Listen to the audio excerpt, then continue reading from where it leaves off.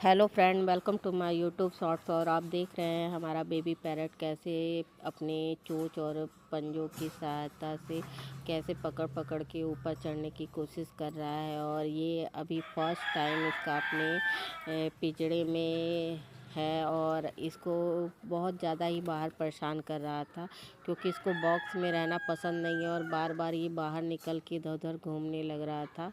और तो इसको थोड़ा सा इसकी एक्टिविटी देखने के लिए हम लोग इसको पिंजड़े में डाले हुए हैं। और यहाँ पे देखिए कैसे ये अपना ऊपर चढ़ने की कोशिश कर रहा है और फाइनली ये अपना चढ़ गया है और स्टिक पे आराम से बैठ गया।